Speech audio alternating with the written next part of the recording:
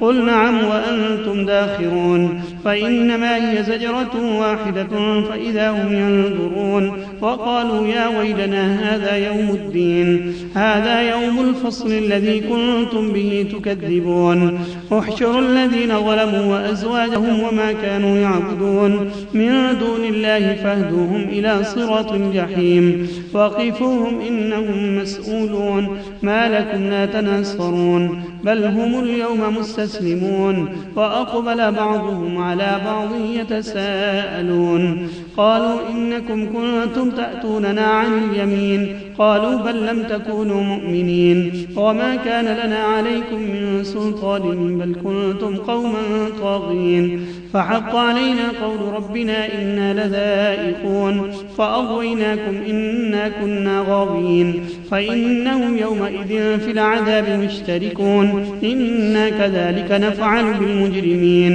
إنهم كانوا إذا قيل لهم لا إله إلا الله يستكبرون ويقولون أئنا لتاركوا آلهتنا لشاعر مجنون بل جاء بالحق وصدق المرسلين إنكم لذائق العذاب الأليم وما تجزون إلا ما كنتم تعملون إلا عباد الله المخلصين أولئك لهم رزق معلوم فواكه وهم مكرمون في جنات النعيم على سرر متقابلين يطاف عليهم بكأس من معين بيضاء لذة للشاربين لا فيها غول ولا هم عنها ينزفون وعندهم قاصرات الطرف عين كأنهن بيض مكنون فأقبل بعضهم على بعض يتساءلون قال قائل منهم إني كان لي قرين يقول أئنك لمن المصدقين أئذا متنا وكنا ترابا وعظاما أئنا لمدينون قال هل أنتم مطلعون فاطلع فرآه في سواء الجحيم قال تالله إن كدت لتردين ولولا نعمة ربي لكنت من المحضرين أفما نحن بميتين إلا موتتنا الأولى وما نحن بمعذبين إن هذا لهو الفوز العظيم لمثل هذا فليعمل العاملون أذلك خير نزلا أم شجرة الزقوم إنا جعلناها فتنة للظالمين إنها شجرة تخرج في أصل الجحيم طلعها كأنه رؤوس الشياطين فإنهم لآكلون منها فمالئون منها البطون ثم إن لهم عليها لشوبا من حميم ثم إن مرجعهم لإلى الجحيم إنهم ألفوا آباءهم ضالين فهم على آثارهم يهرعون ولقد ضل قبلهم أكثر الأولين ولقد أرسلنا فيهم منذرين فانظر كيف كان عاقبة المنذرين إلا عباد الله المخلصين ولقد نادانا نوح فلنعم المجيبون ونجيناه وأهله من الكرب العظيم وجعلنا ذريته هم الباقين وتركنا عليه في الآخرين سلام على نوح في العالمين إنا كذلك نجزي المحسنين إنه من عبادنا المؤمنين ثم أغرقنا الآخرين وإن من شيعته لإبراهيم إذ جاء ربه بقلب سليم إذ قال لأبيه وقومه ماذا تعبدون أئفكا آلهة دون الله تريدون فما ظنكم برب العالمين فنظر نظرة في النجوم فقال إني سقيم فتولوا عنه مدبرين فراغ إلى آلهتهم فقال ألا تأكلون ما لكم لا تنطقون فراغ عليهم ضربا باليمين فأقبلوا إليه يزفون قال أتعبدون ما تنحتون والله خلقكم وما تعملون قالوا ابنوا له بنيانا فألقوه في الجحيم فأرادوا به كيدا فجعلناهم الأسفلين وقال إني ذاهب إلى ربي سيهدين رب هب لي من الصالحين فبشرناه بغلام حليم فلما بلغ معه السعي قال يا بني إني أرى في المنام أني أذبحك فانظر ماذا ترى قال يا أبت افعل ما تؤمر ستجدني إن شاء الله من الصابرين فلما أسلم وتله للجبين وناديناه أن يا إبراهيم قد صدقت الرؤيا إنا كذلك نجزي المحسنين إن هذا لهو البلاء المبين وفديناه بذبح عظيم وتركنا عليه في الآخرين سلام على إبراهيم كذلك نجزي المحسنين إنه من عبادنا المؤمنين وبشرناه بإسحاق نبيا من الصالحين وباركنا عليه وعلى إسحاق ومن ذريتهما محسن وظالم لنفسه مبين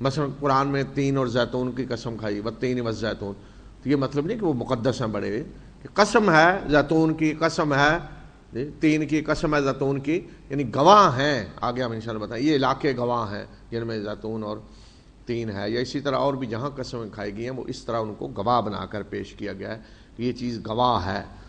تو یہاں بھی اسی معنی میں وہ مقدس نہیں ہے. ہمارے لوگ سمجھتے ہیں جس چیز وہ اللہ نے جی قسم کھائی ہے اس کی تو گویا کہ مقدس ہے. تو زیتون کی بھی کھائی ہوئی ہے. تو ہمارے شروع میں جب لوگ گلف میں کوئی آئے نا، جب ہمارے پاکستان میں تو ہندوستان میں زیتون پتہ ہی نہیں تھا کسی کو، بہت کم میں کسی نے کھایا ہو. تو یہاں جب آ کے کھایا تو کھٹا عجیب، جس نے نہیں کھایا وہ تو بالکل ہی عجیب لگتا ہے اس کو. تو کسی نے کہا جی اللہ نے چکھے بغیر ہی اس کی قسم کھا لی ہے جی. تو وہ مقدس سمجھ کے کھانے لگا جی. ہم زیتون ملے اللہ نے قسم کھائی ہے تو چلو اس کو کھاتے ہیں جی. تو یہ مطلب نہیں کہ جس کی اللہ نے، یا جی دیکھو جی فلان چیز کا تو قرآن میں ذکر آیا ہوا ہے. بھائی قرآن میں تو بہت سی چیزوں کا ذکر آیا ہے، خنزیر کا بھی آیا ہے، گدھے کا بھی آیا ہے.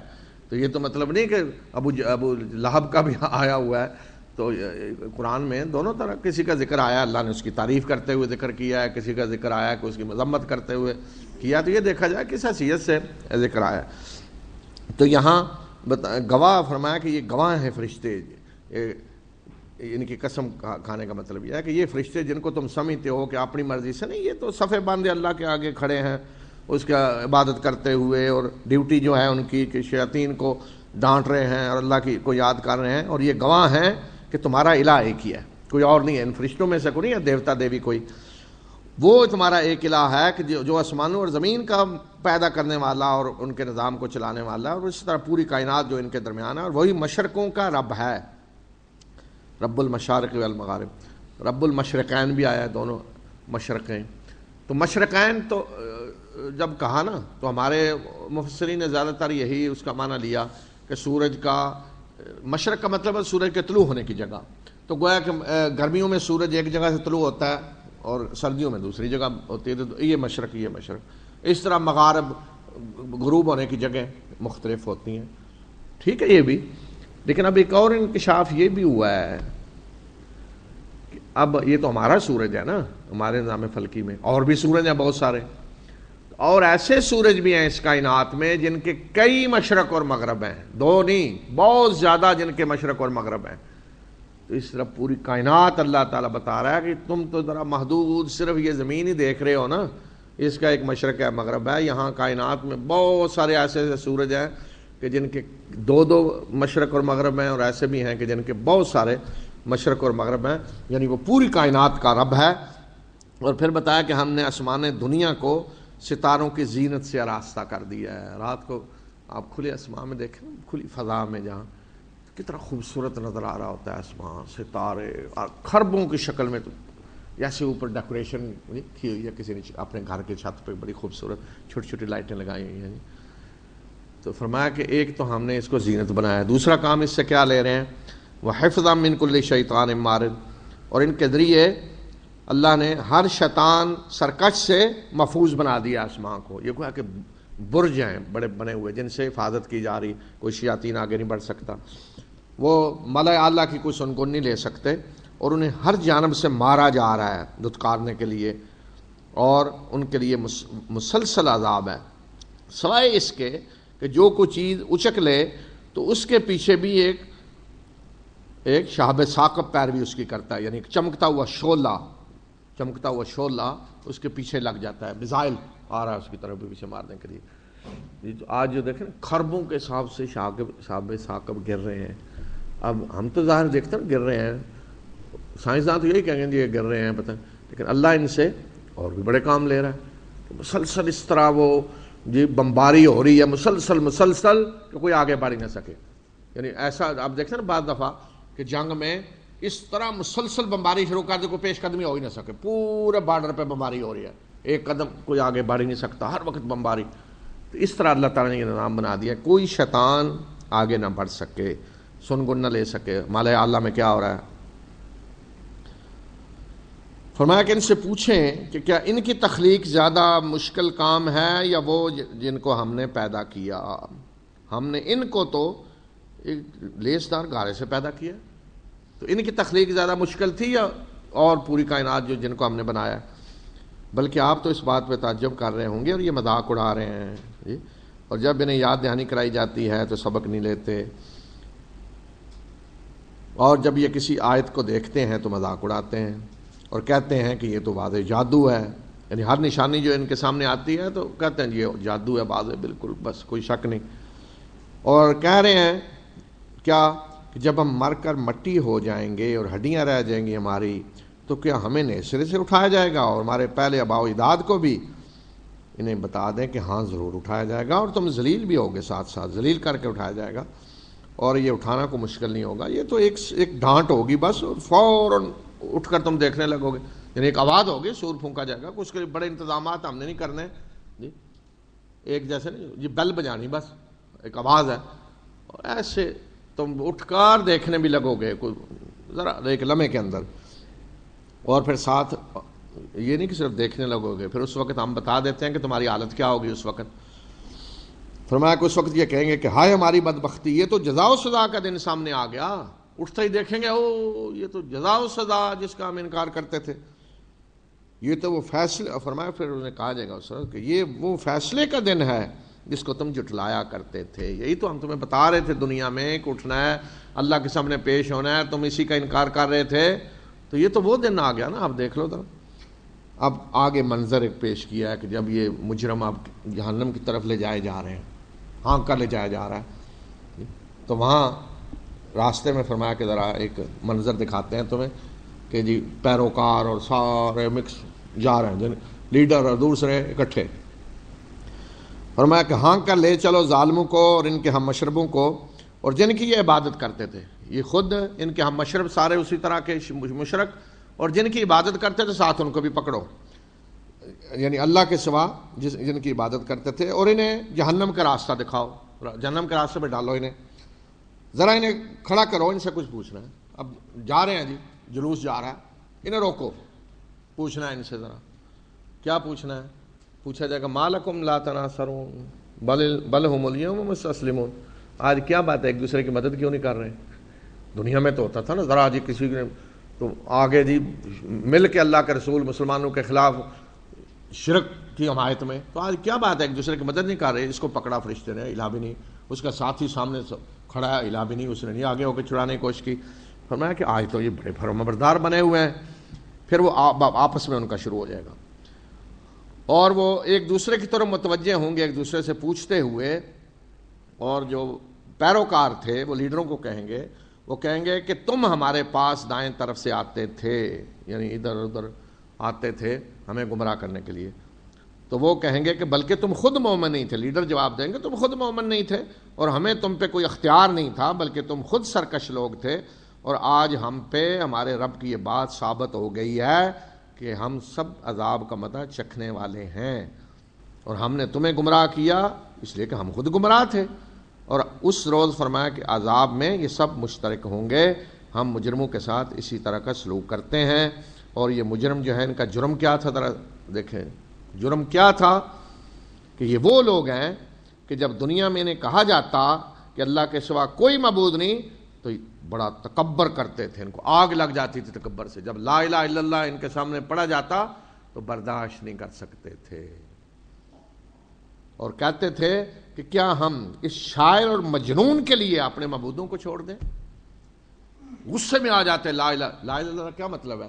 کہ کوئی معبود نہیں، یہ تم نے جو بنائے ہوئے نا کوئی حیثیت نہیں سوائے اللہ کے، کوئی خدا نہیں ہے، تم نے کوئی حیثیت نہیں ان کی، کچھ نہیں، اللہ ہے صرف معبود حقیقی، آگ لگ جاتی ہے ان کو۔ وہ کہتے کہ ہم سارے اپنے ان خداؤں کو جو ہم نے لات منات اور عزا اور یہ سارے، کیا ہم ان سب کو اس شاعر اور مجنون کے کہنے پہ چھوڑ دیں؟ کس کو شاعر مجنون کہہ رہے ہیں؟ اللہ کے رسول کو۔ اللہ سن رہا تھا نا کہ میرے رسول کو شاعر کہہ رہے ہیں، میرے رسول کو مجنون کہہ رہے ہیں، کوئی معمولی بات ہے کہ اللہ کے رسول کو مجنون کہا جا رہا ہے؟ اللہ نے سنا نا، کسی کو پکڑا، کسی کا پانی بند کیا، ہوا بند کی، اولاد دینی بند کی، کاروبار جلایا؟ نہیں، عیاشیاں کرو، فائدے اٹھاؤ، خوب چمک رہا ہے۔ آج وہ دن آ گیا ہے، آج بتایا کہ جرم کیا ہے، کہ یہ جرم تھا، لا الہ الا اللہ برداشت کرنے کے لیے تیار نہیں تھے، سن کر آگ لگ جاتی تھی۔ آج کچھ نہیں ہوتا، آپ دنیا کے سامنے جہاں جائیں لا الہ الا اللہ لا الہ الا اللہ، کسی کو جس کو سمجھ نہیں آ رہی، کسی کو سمجھ آئے تو آج بھی وہی حال ہوگا. لا الہ الا اللہ کو ایسی چیز نہیں ہے، اس کی ضرب ایسی لگتی ہے نا جی، کوئی برداشت نہیں کرتا، کوئی برداشت نہیں کرتا آج بھی، لیکن کسی کو سمجھ نہیں آ رہی، یا تو انہیں زبان ہی نہیں ہے. مطلب آپ ایسی جگہ جا کے لا الہ الا اللہ کہہ رہے ہیں، ان کو پتہ نہیں کیا کہہ رہے ہیں، کوئی سمجھ نہیں. جس کو عربی نہیں آتی لا الہ پڑھتے ہیں اس کو کیا کہہ رہے ہیں جی. اور اگر اس کی زبان میں اپنے کہا کہ اس کو پوری سمجھ نہیں ہے کہ ہے کیا جی. جس دن سمجھ آ گئی نا کسی کو لا الہ الا اللہ کی، پھر دیکھیں ہوتا کیا ہے، پھر وہی کچھ ہوگا جو مکہ میں ہو رہا تھا، اس سے کم نہیں ہوگا کوئی. لا الہ الا اللہ کو ایسی چیز نہیں ہے کہ جس کو ٹھنڈے پیٹوں برداشت کر لے، جس کو کہنے کی کوئی اجازت دے دے، پھر وہی آگ کے انگاروں پہ آج بھی جی ڈالا جائے گا، اور آج بھی پھانسیاں سب کچھ ہوگا، لیکن سمجھ نہیں آ رہی کسی کو. سمجھ آ گئی تو دیکھیں ہوتا کیا ہے. تو جتنی دیر کوئی دا لگا ہوا پڑھ لیں بس ایسے ہی، جس دن سمجھ آ گئی کوئی نہیں چھوڑے گا. فرمایا کہ یہ جن کو شاعر اور مجنون کہہ رہے ہیں، یہ فرمایا کہ بلکہ یہ حق لے کر آئے ہیں اور انہوں نے رسولوں کی تصدیق کی ہے، پہلے سارے رسولوں کی. پہلی دفعہ تو نہیں وہ آ کے کہہ رہے میں پہلی دفعہ آ گیا ہوں، کوئی رسول نہیں آیا. بتا رہے ہیں کہ اللہ نے رسول بھیجے ہیں، آدم سے لے کر نوح اور سارے رسول، اور اب میں آخری رسول ہوں. تصدیق کر رہے ہیں رسولوں کی. اور پھر فرمایا کہ ان کو کہا جائے گا تم آج دردناک عذاب کا مزہ چکھنے والے ہو، اور تمہیں اسی چیز کا بدلہ دیا جا رہا ہے جو تم کیا کرتے تھے دنیا میں. اب اس انجام سے جو لوگ بچیں گے وہ صرف وہ ہیں جو اللہ کے چنے ہوئے بندے ہیں، جنہیں اللہ نے چن لیا ہے، اللہ کے انبیاء صالحین سارے. اور وہ ہیں کہ جن کے لیے ایک معلوم رزق ہے، میوے، اور وہ بڑی عزت سے ہوں گے نعمت کے باغوں میں، اور آمنے سامنے تختوں پہ بیٹھے ہوں گے، ان کے سامنے چشمہ معین کے جام گردش کر رہے ہوں گے، اور ایسی پاکیزہ شراب کے جو سفید ہوگی، اور پینے والوں کے لیے لذت، نہ اس میں کوئی نہ پی کر ان کا سر چکرائے گا، اور نہ ہی وہ اس سے نڈال ہوں گے. اور ان کے پاس ایسی باحیا حوریں ہوں گی کہ گویا کہ وہ انڈے ہیں محفوظ، جیسے انڈے جھلی ہوتی ہے اوپر انڈے کے، تو اس کے اوپر انڈا محفوظ نظر آ رہا ہے. اس طرح سفید پاکیزہ، ان کا جسم نرم، دیکھیں انڈے کے اوپر جھلی بھی ہوتی ہے، نرم بھی ہوتا ہے، وہ چھلکا آپ اتارے ہیں تو اس طرح فرمایا کہ وہ پاکیزہ حوریں اور باحیا شراب پاکیزہ انہیں ملے گی، اس لیے کہ دنیا میں انہوں نے اپنے رب کی رضا کے لیے دنیا کی شرابوں کو چھوڑا. اللہ تعالیٰ جو کچھ کہہ رہے ہیں دنیا میں چھوڑو، تو اس سے بہتر اللہ تعالیٰ فرما رہے ہیں ہم آخرت میں دیں گے. امتحان یہی ہے، شراب دنیا کی چھوڑو گے، یہ شراب پاکیزہ آخرت میں ملے گی. دنیا میں جنسی خواہشات پہ کنٹرول کرو گے تو یہ اللہ کا وعدہ ہے، پاکیزہ باحیا بیویاں. پھر وہ ایک دوسرے کی طرف، یہ اہل جنت کا منظر دکھایا جا رہا ہے. پھر وہ ایک دوسرے کی طرف متوجہ ہوں گے پوچھتے ہوئے، اور ان میں سے ایک کہنے والا کہے گا کہ میرا ایک دوست ہوا کرتا تھا، وہ کہتا تھا کہ کیا تم بھی تصدیق کرنے والوں میں سے ہو کہ کیا جب ہم مر جائیں گے، مٹی ہو جائیں گے اور ہڈیاں رہ جائیں گے تو ہمیں حساب کتاب کے لیے اٹھایا جائے گا؟ کہے گا ایسا ایک دوست ہوا کرتا تھا دنیا میں میرا پڑوسی، وہ مجھے کہتا تھا تم بھی بیوقوف ہو، ایسی دقیانوسی باتوں کو مانتے ہو. اچھا، پھر وہ کہے گا کہ ڈھونڈے نا وہ ہے کدھر، آپ تلاش کریں. وہ کہے گا کہ کیا تم دیکھنا چاہتے ہو وہ کدھر ہے؟ تو وہ اس کو جہاں کر دیکھے گا تو اسے جہنم کے درمیان میں پڑا ہوا نظر آ جائے گا، وہ ہے جی وہ. تو وہ مومن اس کو کہے گا، وہ کہے گا کہ اللہ کی قسم قریب تھا کہ تم میرا بھی بیڑا غرق کر دیتا، اگر مجھ پہ اللہ کی رحمت نہ ہوتی تو آج میں بھی یہاں عذاب میں حاضر کیے جانے والوں میں سے ہوتا جس طرح تم یہاں پکڑے ہوئے عذاب میں. اور پھر اہل جنت اب خوشی منا رہے ہیں آپس میں منظر ہے کہ اہل جنت آپ آپس میں دیکھیں کیا باتیں ہو رہی ہیں، کس طرح خوشیاں منا رہے ہیں اپنی کامیابی پہ، کیا ہے منظر. اللہ اکبر. فرمایا کیا اب ہم مرنے والے نہیں ہیں؟ آپس میں اہل جنت کہہ رہے ہیں کہ اب ہمیں کوئی موت نہیں آنی سوائے اس موت کے جو پہلے آ چکی، اور ہمیں کوئی عذاب نہیں دیا جائے گا. اور یہ ہے عظیم کامیابی، اور اس کے لیے کام کرنے والوں کو کام کرنا چاہیے. یہ ہے عظیم کامیابی کہ جہاں اب ابدی زندگی مل گئی، کوئی موت نہیں، کوئی عذاب نہیں، کچھ نہیں، اور ابدی زندگی مل گئی. کیا یہ بہتر ہے ضیافت کے لحاظ سے یا زقوم کا درخت، یعنی جنہوں نے زقوم کا درخت کھانا ہے اہل جہنم، کیا یہ ہے بہتر ضیافت کے لحاظ سے یا زقوم کا درخت کہ جسے ہم نے ظالموں کے لیے ایک آزمائش بنا دیا ہے؟ وہ ایک ایسا درخت ہے کہ جو جہنم کے قعر سے نکلے گا، اندر سے جہنم کے بالکل گہرائی سے نکل کے آ رہا ہوگا، اور اس کے برگ و بار ایسے ہوں گے کہ جیسے شیاطین کے سر، یہ اسی میں سے کھائیں گے اور اسی سے پیٹ بھریں گے، اور اس کے بعد اوپر سے کھولتا ہوا گرم پانی، پھر ان کی واپسی جہنم کی طرف ہوگی۔ اور یہ جرم کیا تھا جی؟ کیوں آج ان کے ساتھ یہ سلوک ہو رہا ہے؟ یہ وہ لوگ ہیں کہ جنہوں نے اپنے آباء و اجداد کو گمراہ پایا اور پھر آنکھیں بند کر کے انہی کے راستے پہ بھٹکتے رہے، اور ان سے پہلے گزرے ہوئے میں بھی پہلو میں بھی بہت سارے ہیں جو گمراہ ہوئے، اور ہم نے ان سب میں خبردار کرنے والے بھیجے، تو دیکھو کیا انجام ہوا ان کا کہ جنہیں خبردار کیا جا چکا تھا، اور اس سے وہی لوگ بچیں گے اللہ کے بندے کے جنہیں اس نے چن لیا۔ تو یہاں یہ جو فرمایا نا کہ زقوم کا درخت اور اس کے برگ و بار ایسے جیسے شیاطین کے سر ہیں، تو زقوم کا وہ درخت ہے جو آگ کے اندر سے نکلے گا، جو اس کے ٹہنیاں پتے ایسے جیسے شیاطین کے سر ہیں۔ کسی نے شیطان دیکھا ہے جی؟ ہے کوئی کسی نے دیکھا ہو شیطان کبھی بھی؟ بالکل۔ اچھا، لیکن آپ کہتے تو ہیں یہ شیطان کی طرح تم بنے ہوئے، کہتے ہیں نا جی؟ کہتے ہیں نا تم تو شیطان کی طرح بنے ہو، کیا مطلب؟ حالانکہ شیطان تو کبھی نہیں دیکھا، تو پھر ایسے کیوں کہتے ہیں؟ کہ انسان کے ذہن میں جو ایک بڑی مکروہ قسم کی شکل کا کوئی تصور ہے نا، مکروہ بڑی بری سے بری، وہ شیطان کی بنتی ہے، دیکھا نہیں تصوراتی طور پہ، تو جو کوئی ایسی شکل بتا رہی ہو نا انتہائی بد ترین قسم کی، تو کہتے شیطان کی طرح ہے، حالانکہ کسی نے کو دیکھی نہیں۔ تو یہی بتایا کہ ان کی درخت ایسا ہوگا کہ اس کی ٹہنیاں پتے ایسے جیسے شیاطینوں کے سر ہیں، مکروہ شکل ہی، کھانا تو کیا شکل ہی اتنی بری ہوگی کہ ڈر جائے آدمی شکل ہی دیکھ کر۔ یہ درخت ہے جو اہل جہنم کو کھانا ملے گا، کھانے کے طور پہ یہ ڈش ہوگی پوری، کہ کھانا زقوم کا اور اوپر سے پانی کھولتا ہوا، وہ کہ جب پئیں گے تو جو پیٹ میں گلا کر وہ آنتیں باہر نکال دے گا۔ اعوذ باللہ من ذالک۔ پھر تاریخی حوالے دیے کہ پہلے دیکھیں جن انبیاء نے یہی دعوت دی تو قوموں نے جھٹلایا تو ان کا حشر کیا ہوا۔ اے اہل مکہ، آج تم بھی اسی راستے پہ چل رہے ہو جس طرح یہ چلے تو تمہارا انجام بھی یہی ہونا ہے، اس سے اور کوئی نہیں ہو سکتا، آنکھیں کھولو۔ اور ہمیں نوح نے پکارا تو ہم کتنے اچھے ہیں جواب دینے والے۔ نوح نے پکارا یعنی مدد کے لیے پکارا جب قوم نے جھٹلا دیا، اور ہم نے اسے اور اس کے گھر والوں کو ایک کرب عظیم سے نجات دی، یعنی بہت بڑی مصیبت سے اسے نجات دی، طوفان سے، اور ہم نے اس کی اولاد ہی کو باقی رہنے والا بنایا اور اس کے طریقے پہ بعد میں آنے والے لوگوں کو چھوڑا۔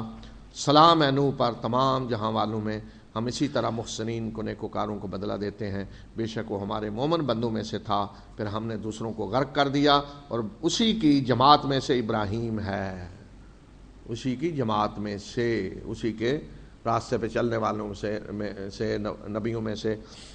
یاد کرو جب وہ اپنے رب کے پاس قلب سلیم لے کر آیا، وہ دل کے جو پاک ہے شرک نفاق اور ہر قسم کی بیماری سے، یہ اللہ کے یہ ہے قلب سلیم جی۔ یہ بیماریاں نہیں کہ جس کا بائی پاس نہیں ہوا، کوئی بلڈ پریشر نہیں، کچھ نہیں، جو اللہ کے ہاں قلب سلیم اور ہے۔ اس وقت کو یاد کرو کہ جب اس نے اپنے باپ اور اپنی قوم سے کہا کہ تم کن کی عبادت کرتے، کیا ہیں یہ جن کو پوجتے ہو؟ کیا جھوٹے معبود تم نے اللہ کے سوا گھڑے ہوئے ہیں؟ یہ ان کی عبادت کرنا چاہتے ہو تم؟ تمہارا کیا گمان ہے رب العالمین کے بارے میں؟ اگر یہ ہیں سارے تو رب العالمین کیا ہے؟ رب العالمین کے بارے میں کیا گمان ہے؟ اس کو کیا جواب دو گے؟ تو ابراہیم نے ستاروں پہ ایک نظر ڈالی اور کہا میں بیمار ہوں، اور وہ اس کو چھوڑ کر چلے گئے۔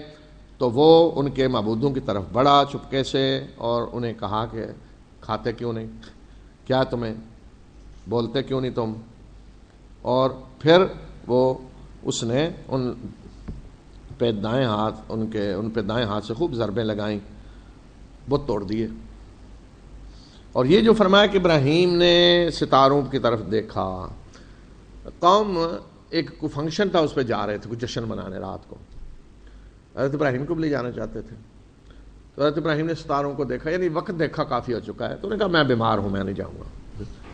تو یہ کوئی جھوٹ نہیں، انہوں نے بولا بیمار ہوں. ایک نیک اللہ کا بندہ موحد شرک کی مجلسوں میں تو نہیں جائے گا نا، وہ تو بیمار ہونا ہی ہے اس سے. تو اس طرح انہوں نے کہا میں بیمار ہوں، اس طرح کی چیزوں میں نہیں جاتا. تو پھر وہ چھوڑ کر چلے گئے اپنے جشن میں. تو حضرت ابراہیم کو موقع مل گیا. پیچھے جو واقعہ گزرا وہی ہے، لیکن اس کو دوسرے انداز سے قرآن میں بیان کیا. یعنی حضرت ابراہیم نے توڑے بھی اور ساتھ یہ بھی سارا کچھ کیا. تو حضرت ابراہیم گھس گئے چپکے سے ان کے بتوں میں. پہلے تو جا کر انہوں نے کہا جی حضرت کھاتے کیوں نہیں، آگے پڑی ہیں چیزیں، کیا کیا منوا اقسام کھانے پڑے ہوتے ہیں. تو پوچھا کھاتے کیوں نہیں بھائی، بولتے کیوں نہیں بھائی، اور یہ حجت پوری کر کے نا بولتے کیوں نہیں، کھاتے کیوں نہیں. پھر جناب خوب ہاتھ صاف کیا ان پہ اور توڑ دیے سارے. پھر فرمایا کہ وہ اس کی طرف دوڑتے ہوئے آئے. جب پتہ چلا بھاگے ہوئے آئے کہ ابراہیم نے توڑے ہیں، لاؤ اس کو.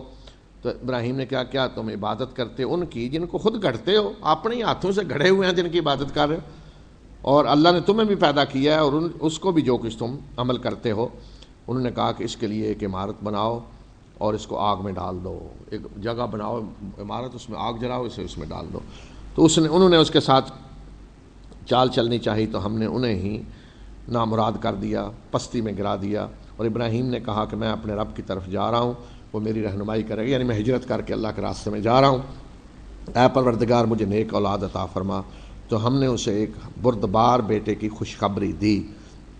بردبار بیٹے سے مراد کون ہے؟ حضرت اسماعیل. دیکھیں حضرت اسحاق کے لیے علیم کا لفظ قرآن میں، وبشرناہ بغلام علیم، جاننے والا بیٹا. حضرت اسماعیل کے لیے بردبار بیٹا. اور جب وہ بیٹا اس کے ساتھ بھاگ دوڑ کرنے کے قابل ہوا تو ابراہیم نے کہا کہ اے میرے بیٹے، میں خواب میں دیکھ رہا ہوں کہ میں تجھے ذبح کر رہا ہوں، تم دیکھو تمہاری کیا رائے ہے. بیٹے نے کہا کہ ابا جان جو آپ کو حکم دیا جا رہا ہے آپ کر گزریں، انشاءاللہ اللہ نے چاہا تو آپ مجھے صبر کرنے والوں میں پائیں گے. اور جب ان دونوں نے اپنے آپ کو اپنے رب کے سپرد کر دیا اور ابراہیم نے بیٹے کو پیشانی کے بل لٹا دیا، تو ہم نے آواز دی کہ اے ابراہیم تو نے خواب سچ کر دکھایا، ہم اسی طرح نیکوکاروں کو بدلہ دیتے ہیں. اور بے شک یہ ایک واضح امتحان تھا اور ہم نے اسماعیل کو ایک بڑی قربانی کے بدلے میں چھڑا لیا. یہ حضرت ابراہیم کا امتحان تھا، واضح امتحان کہ بیٹے اسماعیل جو پہلے بیٹے تھے بڑھاپے میں ملے حضرت ہاجرہ سے. حضرت ابراہیم جہاں وہ دوسری بیوی سے سارہ سے ہیں. تو جب بیٹا بڑا ہوا تھا ساتھ چلنے پھرنے قابل، تو حضرت ابراہیم کو اللہ نے حکم دیا قربانی. لیکن وہ حکم کیا، خواب دیکھ رہے ہیں مسلسل. تو حضرت ابراہیم سمجھ گئے کہ اللہ کا حکم ہے. تو بیٹے سے مشورہ کیا کہ بیٹے کیا خیال ہے. یعنی دیکھیں نا اللہ کا حکم ہے لیکن بیٹا ہے بھائی، وہ بھی انسان ہے آزاد. تو یہ تو نہیں نا آپ اللہ کا حکم سمجھ کے بیٹے کو ذبح کرنا شروع کر دیں. بیٹے سے بھی مشورہ کیا کہ میں یہ دیکھ رہا ہوں. تو بیٹا بھی اللہ کے نبی کا بیٹا ہے، وہ بھی نبی ہے. تو انہوں نے کہا ابا جان جو حکم دیا جا رہا ہے کر گزریں. یہ نہیں کہا جی وہ خواب ہے جی دیکھیں جی ایسے تو نہیں نا، پھر آپ کو جان چھڑانی چاہیے. نہیں، اللہ کے حکم کے آگے سر جھکا دیا انہوں نے بھی. تو اس لیے فرمایا کہ جب دونوں نے اپنے آپ کو اپنے رب کے سپرد کر دیا، حضرت ابراہیم ذبح ہونے کے لیے تیار ہیں، حضرت اسماعیل ذبح ہونے کے لیے تیار ہیں، ابراہیم ذبح کرنے کے لیے، اور باقاعدہ انہوں نے پیشانی کے بل لٹا دیا ذبح کرنے کے لیے. تو اللہ تعالیٰ نے فرمایا کہ بس ہمارا مقصد یہ نہیں تھا بیٹے کو ذبح کریں، مقصد امتحان تھا اور وہ پورا ہو گیا. اے ابراہیم بس یہیں رک جائیں. اور یہ امتحان تھا بہت بڑا اور ہم نے ایک عظیم قربانی کے بدلے اس کو چھڑا لیا. یعنی ہمیشہ کے لیے قربانی ان کی جگہ جاری کر دی. سنت ابراہیمی ایک لایا گیا ان کی جگہ، دمبے کو ذبح کیا کہ یہ اب اس کی جگہ ذبح ہوگا. اور یہ قربانی آگے قیامت تک چلے گی، ایک نشانی کہ ابراہیم نے اپنے بیٹے کو اللہ کے راستے میں قربان کیا، یعنی تیار ہو گئے قربان کرنے کے لیے. تو اب جو بھی یہ قربانی کرے گا وہ یہی کہ اپنی عزیز ترین چیز وہ اللہ کے راستے میں قربان کر رہے ہیں. اور ہم نے ابراہیم ہی کی ملت پہ پچھلے لوگوں میں کو بھی چھوڑا. سلام ہے ابراہیم پر. اور اسی طرح ہم محسنین کو بدلہ دیتے ہیں، بے شک وہ ہمارے مومن بندوں میں سے تھا اور ہم نے اسے اسحاق کی خوشخبری دی جو نبی ہوگا صالحین میں سے. لیکن بعد میں حضرت اسحاق کی خوشخبری ملی اور ہم نے برکت دی اسے اور اسحاق کو، اور ان کی اولادوں میں سے بہترین عمل کرنے والے نیکوکار بھی ہیں